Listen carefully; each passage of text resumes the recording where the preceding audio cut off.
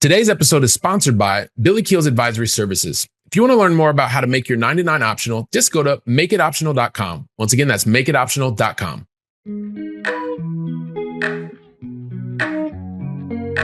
Helping you build freedom without losing your edge. This is the Going Long podcast with Billy Keels.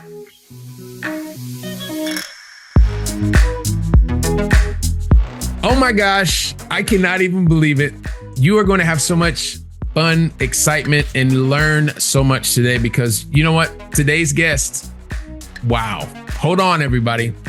Not only is she a best-selling author, international speaker, she is a medical doctor with a specialization in urology.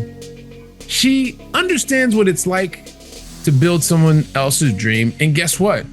She's an expert in being able to build her own and help others do the same. She is an absolutely amazing person. She's a financial liberation strategist on a mission to ensure that every person, in particular women, have the financial ability to break free from the constraints of an unfulfilling job as well as toxic relationships. And that makes me so happy. Mm-hmm. It also makes me happy to welcome to today's conversation the founder of Money with Mission, as well as the founder of Wealth Be Hers International, Dr. Felecia Froe. Dr. Felecia Froe, welcome back. Welcome back. Hey, Billy. How you doing? I'm doing okay. I can't believe all that's me, but I guess it is. Yes. Yes. Like, no, stop, Billy. Turn it down. Turn it down. Yeah, no. We will crank it up. And also, hey, you're in rarefied air because you are one of less than a handful of guests that have been here not once, but twice. So welcome back. Maybe you'll be going for my sons, because they've already been on here 5 times. So they like to gloat about that. They've been on here more than anybody else. So we let's see if we can get you there. But I don't think I'm gonna beat them, but okay. You never know. You never know. So well, listen, I've done my best to try and talk a little bit about you and the things that you have done and the impact that you're making on others. And I tried to do it as well as I could, but hey, there's always a better person to tell your story than me, and that would be you. So I would love for you to share more about your backstory, help us to get to what you've been doing to get to this point in your journey. And then, as you know, we'll see where we take it from there. We go. Actually, you told it very well. I have started out my career as a urologist. That we'll start there because it took a minute to get to that. But went through medical school, residency, urology practice, and it was within 3-5 years when I realized this isn't the last thing I'm ever going to do. And that's a scary feeling. You've just spent all this time getting to this place where I finally made it, and then you get this ain't it. I don't know if anybody anyone else has ever felt that, but it was kind of scary. And it wasn't like a drop it right now, because I couldn't. I had a family, I had, debts, I had a house, I had a car, all the stuff that we get. Mm-hmm. And like, okay, well, I don't know what this means, but I'm going to keep on trudging along in what I'm doing. We move a lot, Billy. I've moved a lot of times, you guys. I've lived in 8 or 9 different states at this point in my life. Yeah, all in the United States. I haven't taken it on the road across the ocean yet. Not yet, but I feel it coming. Anyway, ultimately, I started working with some gynecologists in Kansas City, Missouri, and I bought a building with them. Patient actually introduced me to a friend actually introduced me to Rich Dad Poor Dad, read that book. A patient then helped me buy my first rental property. We started out with single family homes, bought 18 of them in a 2-year period. All of them were in different states of repair, getting ready to be rented or were rented. And then 2008 happened and we had really over leveraged and we lost everything. Life looked real ugly at that time. But something in me told me that it wasn't a real estate problem. It was a Felicia problem. And just talking to other people. I had an accountant at the time who's like, why don't you start working with these folks and listening to this kind of thing and doing these kinds of, so I just got a lot of advice, started getting mentors, started going to lots of meetings. I'm still full-time urology at this time, you guys. Mm-hmm. And I spent vacations, got up early in the morning, like 4:00 in the morning, and worked till 7 till it's time to go to urology work, and then worked from urology from 8 till whenever you're done, sleep, do it again. Vacations, we're going to real estate things, learning, mentoring, spending lots of money on stuff that was to help me do something different. Regular real estate, and I call it regular real estate, but apartments and that kind of stuff was just not fulfilling me. And that's what we were doing. We were syndicating, you can buy, you can sell, it just wasn't doing it. And then I found the social impact or social capitalist kind of thing. Mm-hmm. And that struck a chord with me. I've done a residential assisted living. We helped get a grocery store in a food desert, working on sober living houses. And just those things are much more fulfilling to me. And mm-hmm. I'm not doing anything for free or for no profit. We do make money, and I have investors that are making money doing these things. Mm-hmm. Have we lost money? Heck yeah. I've lost money. Some investors have lost money, and it happens. Yep. And it's lessons. Like one person told me, he's like, there's no failures, there's just lessons. And the really expensive ones really hurt, and you learn a lot. Yeah. Yeah. So that's how I got to where I am today. Today we're doing the sober living and still the grocery store. I'm not a part of running it anymore, but it is in Tulsa, Oklahoma, in the food desert, providing real food to people when before there was like 15 fast food restaurants in a 2-block radius where people ate. Okay. So, there's so many things that you talk about, and there's so many different directions we can go with this conversation, right? But it's the one thing that it never ceases to amaze me, right? Because at least, and I guess at this point you said, lived in different states. I mean, I lived in 4 or 5 different states in the US, and I've lived in 3 countries on 2 continents in the last 20 some odd years. But there's this thing, there's like this cachet, I would say. Cachet means like, I think it's like French, they say cachet, you got cachet. It's like, you've got class, right? Don't start talking foreign to me. This conversation is probably going to go for a long time, but that's all good. It's all good. But it's one of those things where most people, when you hear MD, like it's mm-hmm. such an aspirational role to what you mm-hmm. said. You invest so much of your time, your life, your energy into becoming a medical doctor. Mm-hmm. And I work with a lot of high paid professionals, right? I come from the enterprise software space where, you got multiple 6-figure, 7, sometimes multiple 7-figure earners. Mm-hmm. Mm-hmm. But there's not the same level of prestige. That's probably a better word to use.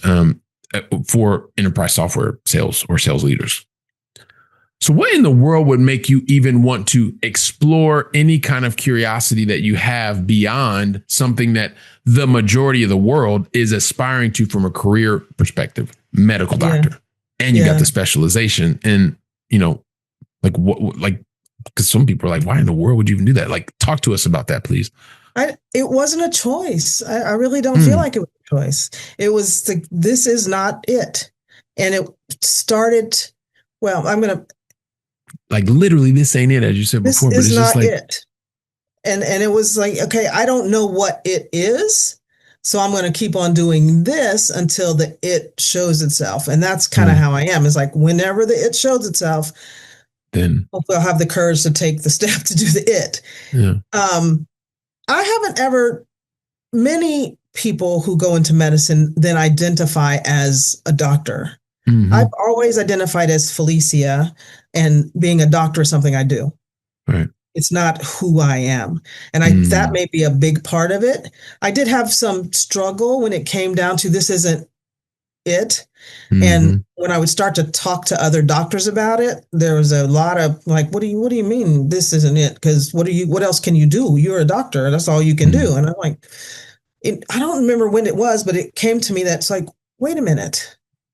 I'm a doctor. I did all these things. That means I pretty much can do anything. Yeah. If I've done everything to get to here, Right. I can do anything. And then I went through the whole, you know, just what you just said. Everybody wants, I mean, doctor, you're like the top of whatever. Yeah. And then I get to look around and look at all the other people who get to have more than one career.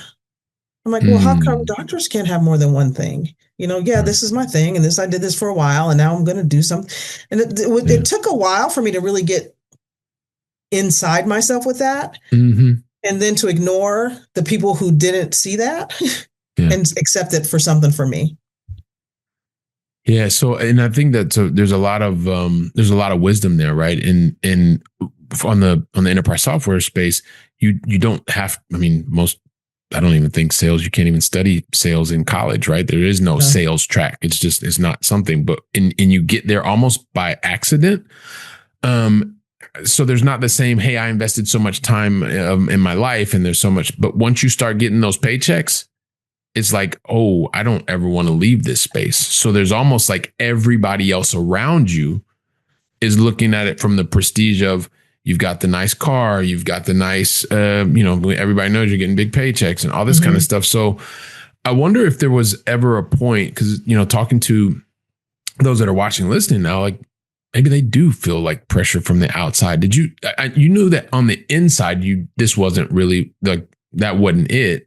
Yeah. But what about the pressure from the outside? Did you feel any of that? Was there? Because you talked about family. Yeah. I mean, talk to that a little bit. And it came down to I had to stop talking to people, including my parents, because they were very much in, what are you talking about? This is, you can't not practice medicine. This is what you went to school for. This is your thing. And they were very proud, number one, that I had done this, and very fearful when I finally came to understand where they were coming from of me not doing that. What do you mean you're going to go do something else, whatever that, I don't even think they could understand what I was talking about at the time. It's a fear. Other people that love you who aren't trying to squash you, and there are people out there trying to squash you for sure, but the people that love you, that you're explaining things to, that you want to change your life and change it so drastically, it's a fear. What if you fail? They just want to protect you. That's how I could go through it. And then I started protecting them by not telling them. And then I'll just do it. And the proof is in the pudding. And, oh, now I understand what you were trying to tell me. Oh, mom wanted me to be a teacher. I'm like, well, I'm not going to be a teacher. And then I started telling her what I'm doing. Saying, well, you are kind of a teacher. I was like, okay, fine. It reminds me that there's I did this post on LinkedIn a long time ago, and there was this Jay-Z video, and he's talking about, people projecting their fears. It's not that, it's them projecting their fears on you, but then the goal is they really are wanting to protect you. Yes. And so you talked about that. You also talked about like people they have their own fears, right? And as they have their fears and they're projecting those fears on you, they want to protect you. There is something that you have in the way that you continue to educate others is a fear that you have recognized in talking to so many people. Maybe this is, and I know you talk to a lot of different people, but maybe this is more specifically related to one of the areas of passion that you have, which is also helping women to break through with fears, and specifically fear of talking about money. Yeah. I know that you are extremely focused and passionate about this, but maybe people don't understand the reason that you have such a passion and really are out there to help specifically women overcome the fear of talking about money. Maybe you can unpack that a little bit. Well, I mean, like, people who make money and make a lot of money talk about money. And they talk to each other about how they make money, and they understand. It's the full networking thing. Yeah. If we sit around and talk about raising children, and we sit around talking about cleaning a house, and you sit around, you can be really good at that. If you want to be really good at making money, and not just the big thing that I think a lot of people think is, well, money is, we all have our things. Money is evil. Money is whatever money is to you. Money's a tool. Money is a thing that we use to get things that we want and that can make the world a better place. That's how I look at it. I don't want to look. Yes, I want money in my bank. 100%. I was about to say I don't need money in my bank account, but yes, I do. Yes, everybody. And you have a number you want in your bank account. Get that number. Get that number. Look at it, and then start spending your money to make the world a better place, and bring back babies to you, money babies, so that your account can stay unchanged, but you've invested it to make the world better. So the reason I want women to talk about money is so that we can understand you're not the only one over there scared of it. You're not the only one over there who's made a mistake. You're not the only one who's bought a $4,000 purse and then wondered, what the hell did I just do? You're not the only one. Let's talk about that. Let's laugh about it. Let's cry about it. Let's just put it all out there, because what I see is we're more willing to talk about sex than we're willing to talk about money. And I mean, yes, everybody's got both or does whatever. Sex is so much more personal. It's so much more personal. Money is so much more ubiquitous, and everybody's got it. Everybody needs it. It's just to me, to overcome the fears that many of us have, and the reservations, and just to even say the words out loud, like, how much money do you make? Nobody take it away from you. And if you're in a safe space, you have to be in a safe space and feel safe. And many of us do not feel safe talking about money in most of the company we're in. Yeah. In Wealth Be Hers, we talk about money. We talk about the screw ups. I invested in this and I lost my money, and I'm still walking. That's the other thing. Is like, I didn't die. What'd you learn? How are we going to move forward? What's going to happen? I bought this property. These people are in it. They won't leave, and they're not paying rent. Okay. How are we going to deal with that? It's just, it's talking like we talk about everything else. Yeah. So I at the end of the day, it's being able to normalize a conversation. And, we've been in rooms with people that are, mega rich, from a financial, like money in the bank account and assets in their portfolio. And I'm just curious, like, if you think, like, I know I come from a working class family, like mom and dad both work 2 jobs. And how much of that influences from the women that you work with today, or the people you work with today, let's say it that way. How much of the way that they grew up impacts the way or the comfort level that they have talking about specifically that area of usually fears around money? I think it's huge. I have a podcast, and the first question I ask every guest is, tell me your money story. And the reason I have people in there who have achieved some degree of success in their investing, whatever they're doing, and it's around money. And what I want people to realize is almost everybody came from a place of scarcity around money in some conversations in their house. The majority of people didn't come with silver spoons in their mouth, and I got the money when I was born, and then somebody gave it to me, and now I've been able to build it into this and this and this. That's not the people we really talk to. I talk to people who started in a house just like yours. One woman worked in the grocery store in Mississippi with her grandparents, and then started learning about money that way. It just, we have to overcome that, is the bottom line. Most of the people that we talk to, most of the people that I know, and that I think you probably know, Billy, we didn't come from money. We had to figure it out. And then now we start talking about it, because when I know something, I want everybody to know it. And it's like, I can't be the only one. Spread and the then word. This whole thing about every woman have the financial ability to walk away from any job or relationship, that comes from me and my mother. My mother stayed in a relationship that was not healthy for her. I had to stay in my job as a urologist because I didn't have the financial ability to walk away from it. I don't want anybody else to have to sit in a place where there are literally having the life sucked out of them, because that's what I felt like was happening to me. If we start early, when you're happy with your career, you're happy with your job, let's start getting some money coming from something else, so that when you need to have options, you have options. And sometimes just knowing you have options make you like your job that much more. It's like, oh, heck, I can stay here because I know I don't have to put up with this if I don't want to. I mean, you had such like, so number one, it helps to understand like how much the way that you grew up and the conversations that you have had about money, that they form your opinion. And many times they help to form the fear that you may have of this tool. Agreed with you. There's also there's the concept of recognizing that when you begin to change your circles, there's a moment where it becomes very uncomfortable because you're having conversations that you're not familiar with having. You're not used to having these types of conversations. And when you're a high achiever, you've received your MD or you're making 7 figures over and over and everybody else thinks you know everything. It can be quite humbling to recognize like, hey, look, maybe I make a lot of money, but I don't really know what I'm doing here. I don't know what money, like I'm still afraid of it. I know how to do this thing. And the thing about conversations, a lot of times people don't remember having conversations about money when they were little or when they were younger. Yeah. It's more what you hear and it's what you take in from what you're seeing than sometimes having direct conversations about it. Because many people's parents, my parents never talked to me about money.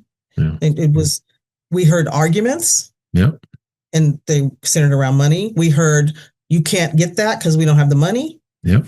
And those are conversations about money. It's not a sit down at the table and we're having dinner talking about money kind of conversations. No. Yeah. But I had friends, they were talking about money at the dinner table. And you had. Yeah. Well, no, I now, right. And so growing up, their culture was very, very different from the way that they talked about money. And there was a lack of a fear of money. And they understood that money was a tool very early on. And so it's interesting. You led into one of the things you talked about your mother and you talked about yourself and just having to do certain types of roles or jobs. But in the very beginning, I also mentioned that you are very, very much into helping break the constraints of like also like, and it's not really about money, quite the opposite. It's about freeing yourself from toxic relationships. That has to come from somewhere. Because that's not just like something that, hey, I've got the doctor. Knows how to work for other people. She knows how to build her own business. She knows how to help other people build business, which seems to be very, very money focused, money driven. And then on the opposite side, it's like, whoa, hang on a second. I don't want people to be locked up in toxic relationships. That's not something you hear every day. And I don't have the statistic in front of me that how many women stay in a relationship for financial reasons. A domestic violence, psychological abuse, whatever, just relationship they don't want to be in because they don't feel like they can support themselves, their children, whoever's on their payroll. They don't feel like they can support them financially.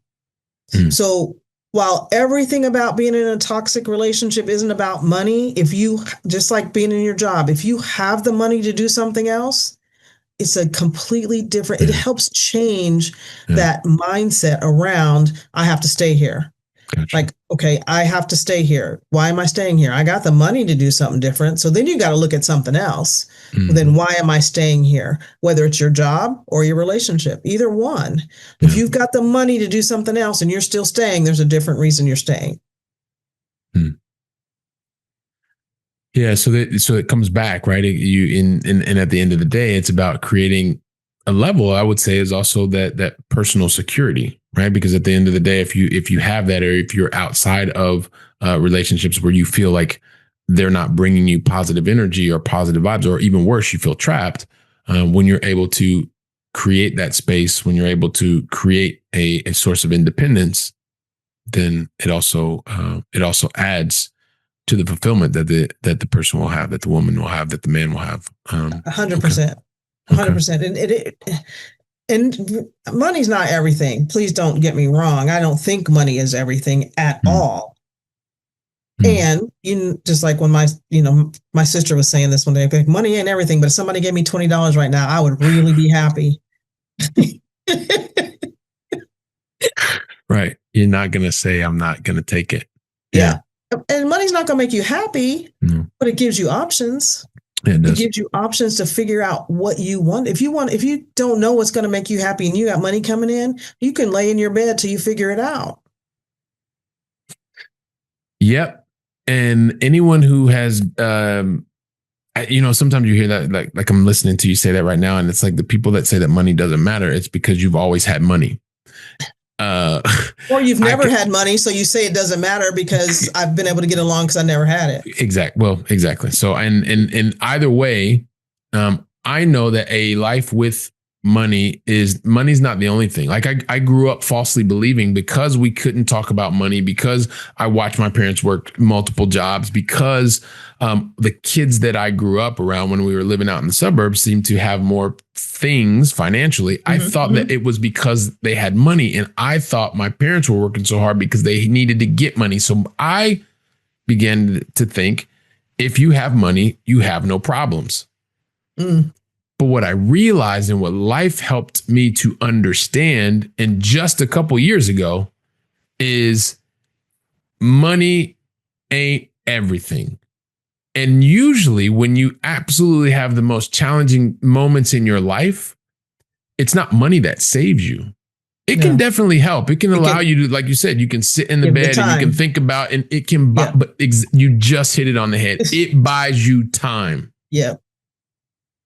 To heal, to reflect, to be intentional about who you invest your time with, build relationships and things like that. So that is one of the lessons. I appreciate you sharing that with us, but also just and even making me reflect out loud. Like it's not, the money's not the thing. It's what it allows you to do. Go ahead. I can see you. You want to say something. What you're saying is 100%. Money is about the time freedom, job freedom, location freedom. It's about the freedoms you get when you have the money, not about the money itself. And what I used to think about when I thought about money is having a bank account. I want 7 figures in my bank account. I'm like, okay, what's that going to do? I can look at it. And then you get nervous because right now I like, put it out here, I like a 5-figure bank account. I do. And when it gets lower, it starts making me nervous. I start getting nervous. And then it's an anxious feeling, and it doesn't have to get too low. It doesn't have to get far out of the 5-figure that I start to get sick to my stomach and think, oh my God, what am I going to do? Come on, Felicia. Yeah. We have these conversations because I fight my scarcity mindset every day. I still do. And I get irritated because I think you should, it's like training. I should work out and lose weight, and I shouldn't have to do it again. It should be done.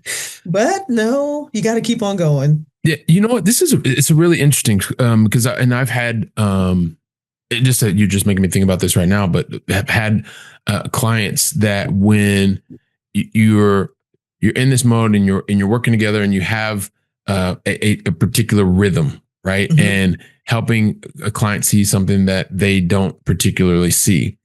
You just mentioned 2 things. One, how important it is when you have, let's say you have a coach and that coach is helping you with nutrition or helping you with working out. You really see the value, right? Like, have you ever been there? Like you have a coach like that helps you, and like sometimes you don't really want to go, or you don't really want to eat that right thing, and they go, you know what? I've got the coach that's going to help me get in the right space.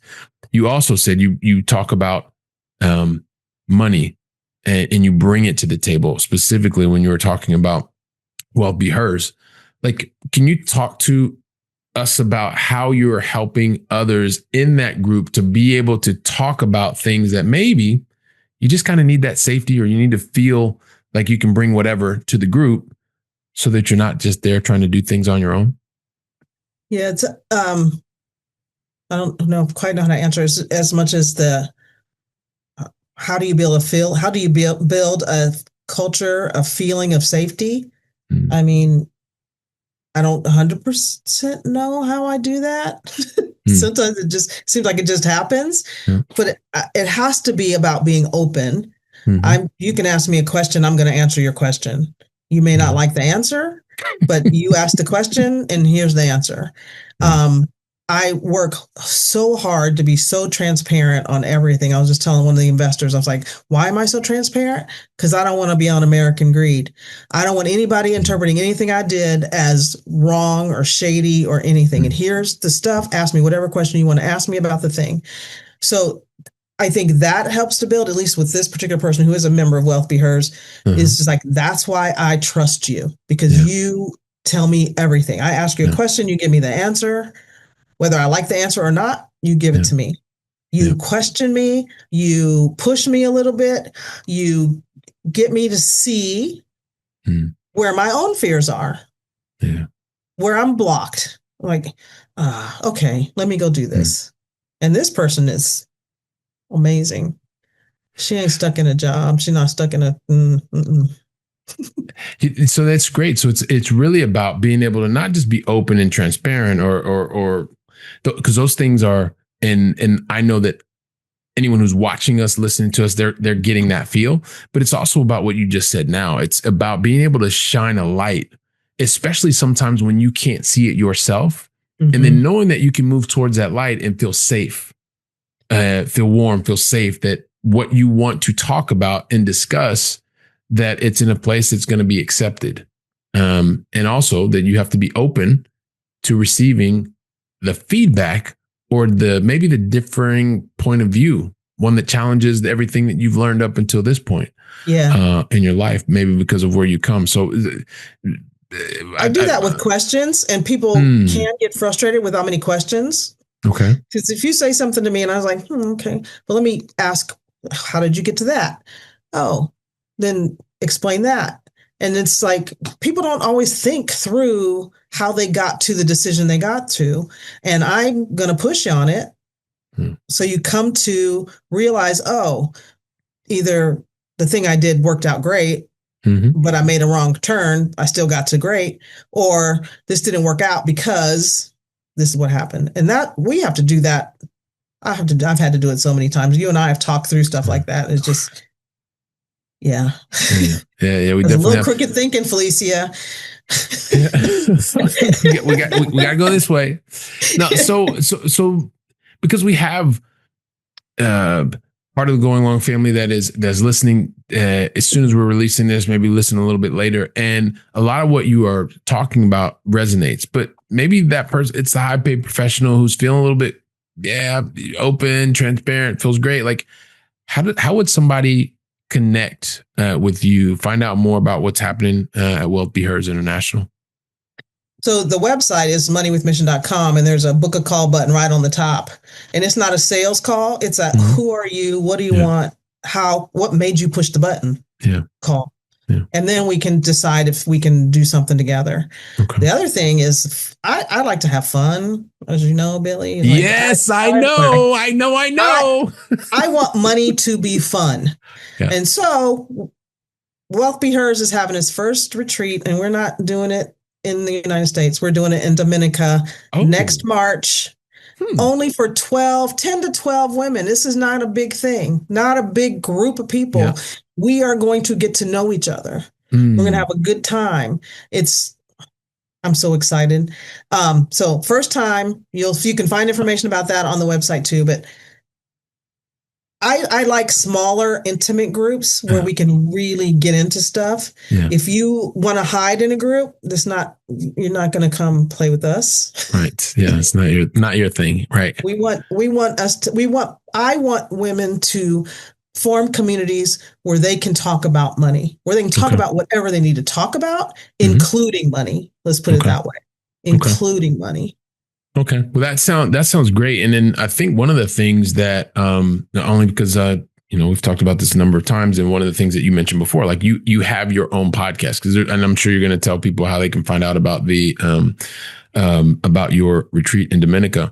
At the same time, I will just say that if you have the opportunity, you can also get to know Felicia a bit more. Check out her podcast, Money with Mission. Very awesome. So I don't know if you want to add anything there, but I just want to give you a direct plug because I just think it's awesome. I've been doing the podcast for a long time. So people keep asking me how long you've been doing it. I'm like, I don't even know. It's been a long time. It's one of the things I really enjoy doing because I enjoy meeting new people and talking about money and my podcast is a conversation about money, talking about how you came to think about your money. And it's actually Wealth Be Hers podcast. We interview men and women. I have conversations with men or women. It doesn't matter. And we talk about money. But it comes out weekly. Wealth Be Okay. Hers, on all the platforms. Yes. My face is on there, so this is my face if you're looking at this on YouTube. Well, you have to, and if you're only listening, just go go over, check it out. You'll see the link. Just go over to watch us on the video version, so that'd be cool. So a couple different things, I guess. Well, actually, I just have one other question, and I don't know, Felicia, if there was anything that you wanted to chat about that we have not chatted about, because I wanted to give you an opportunity to do that before I ask kind of the last question. The only thing I would say add in is, as I have two children, my daughters are adults. We talked about money, and they're doing amazing in the world. Do they have their fears around it? They still do, yes. And we can talk about it. So I encourage everybody to talk to their children about money. Let them see some of this there's some hard stuff around money that if your kids don't see it and then they have to go through it, they think they're the only one. And that was one thing I never wanted my children to think, is that their mom never struggled. And we all struggle at some point in our lives with money and with lots of things. But I think being very open with your children is an important thing. Yeah. And if you allow me just to build on that, right? Because it's one of those things, this is a subject that's really close to my heart as well. And I acknowledge you for sharing and conversing with your daughters around the topic of money. My boys are a bit younger, but we do talk about money. And I think it's important, really what you said, and it's to share your perspective of money. Because you may find that, they're hearing, your kids hear different things from different people. Just like we were talking about before, in my house, we never talked about money, period. And then the little bit that we did, it was usually negative. And they have other friends at school that their parents have maybe a different point of view, or maybe you have a spouse or a partner that has a different point of view. I think the important part to what you're saying is just make sure that you're expressing your view, the good, the bad, and the ugly. Because when our children have a perception that life as it relates to money is only one particular way, it's really putting them in a difficult situation, because it doesn't always stay the same.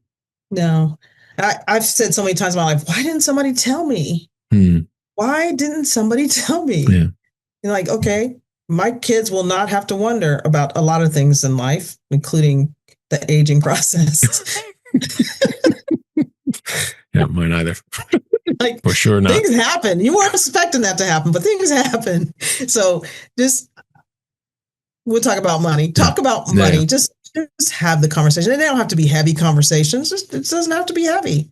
It's just light, part of life conversations. Yeah, it's best when they're not, and it's usually that's when the kids, no matter what age, or they're adolescents, or maybe in their in their 20s, 30s, whatever. I mean, I've talked to my parents about money, and I've got my own gray hair, so it's it's one of those things. It's one of those things. As Felicia smiles and laughs.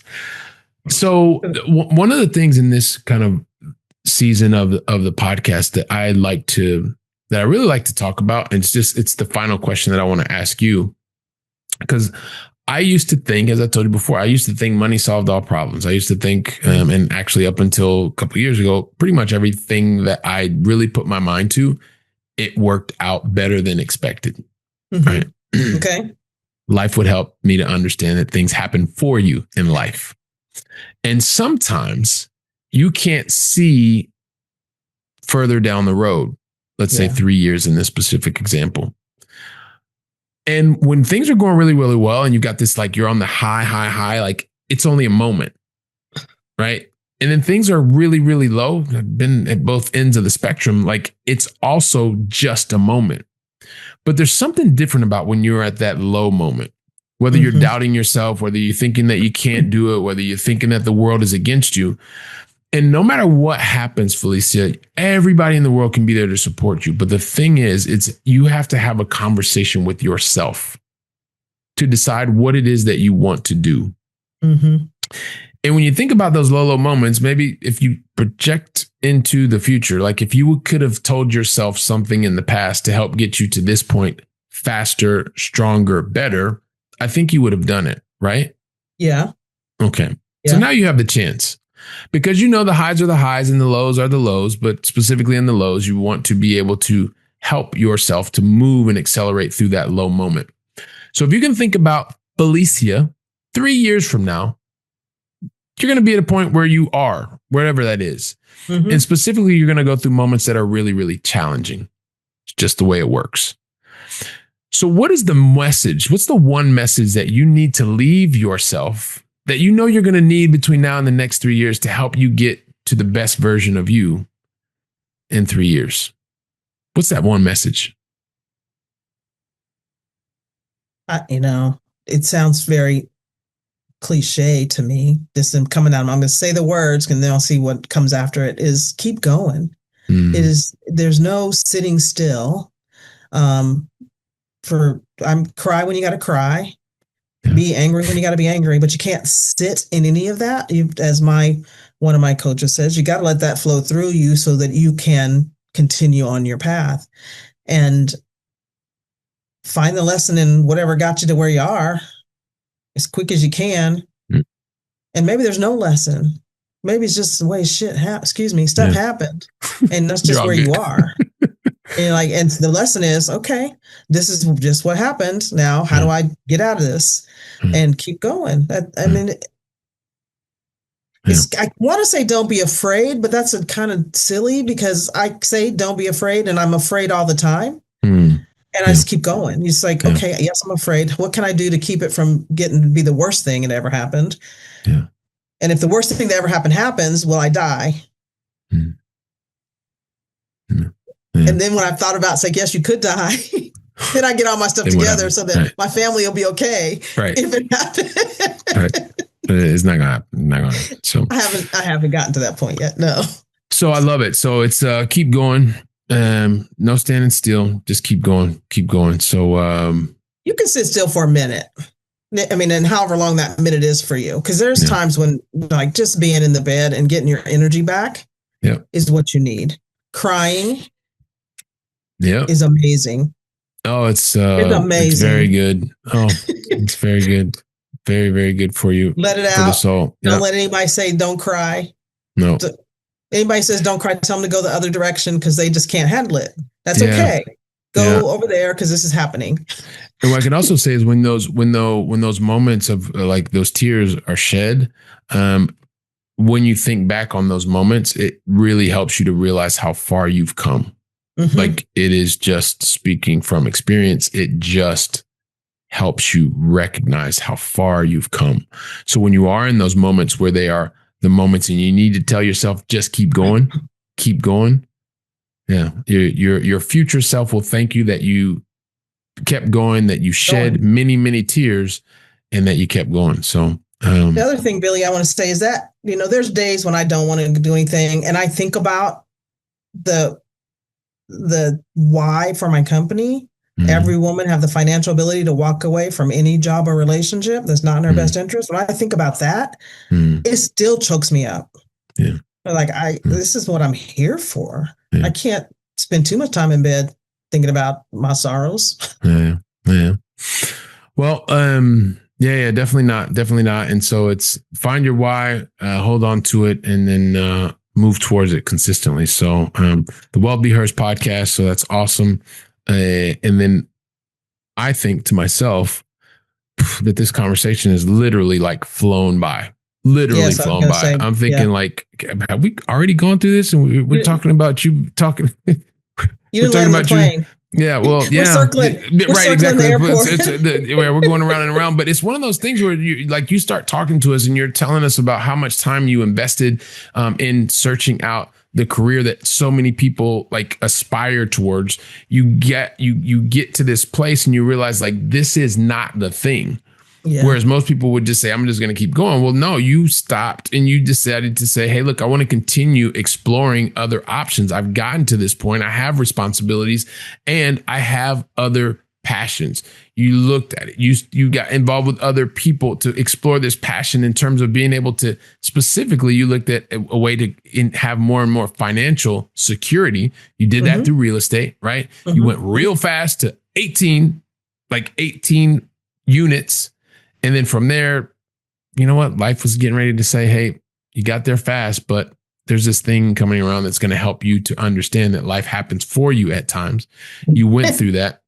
You had your challenges, and you also realized that it wasn't just about the money. The money has a mission, right? And at the same time, you started being exposed to different areas, the social capitalism, and being able to make an impact and being able to have on specific communities, not just having a one type of food intake. You actually brought in very healthy foods and supermarkets, and you've been able to recognize beyond that it's not just about making money, it's about making impact. And it's also about helping others to get into the mindset to recognize that, listen, money's important, but it's not the only thing. It's not everything. It's not everything. And a very special and specific focus on, as you said before, on being able to help specifically women be able to break free from the constraints of anything that is unfulfilling, whether it be job, toxic relationships, etc. And because you've already talked about some things you're going to be doing in the spring of 2026, so we can timestamp it, and you have your own podcast, I know that my Going Long family wants to know how they can connect with you, because maybe they didn't hear you 300 episodes before, but they're here today. So help us understand, Felicia, what is the best way for the Going Long family to find out more about you, connect with you, and enter into your world? Like I said, the Money with Mission Money with Mission website, moneywithmission.com. There's Wealth Be Heard. On that, there's, you can fill out forms, you can book a call. There's all kinds of ways to get with me. Email is probably not the best, booking a call. And I promise you, I just like to talk to people. It's just, I really like meeting people. We have that in common. I love it. Wealth Be Heard podcast is on all the platforms, and we are on Instagram, I think Facebook. I don't know if we got TikTok yet, but it's at Money with Mission. So all those things. All right, perfect. So listen, I get to talk to you all the time. So I'm not really, I get to, we have to do this kind of formal thing. I do want to say that I really truly appreciate, from the bottom of my heart, appreciate you deciding to join me again, continue to be a part of this new version of the podcast. Come here, share your insights, your wisdom. Thank you so much, Felicia. Really, really appreciate it. Yeah, thank you, Billy. Talk to you again soon. Very soon. Going Long family, make it a great day, and thank you very, very much.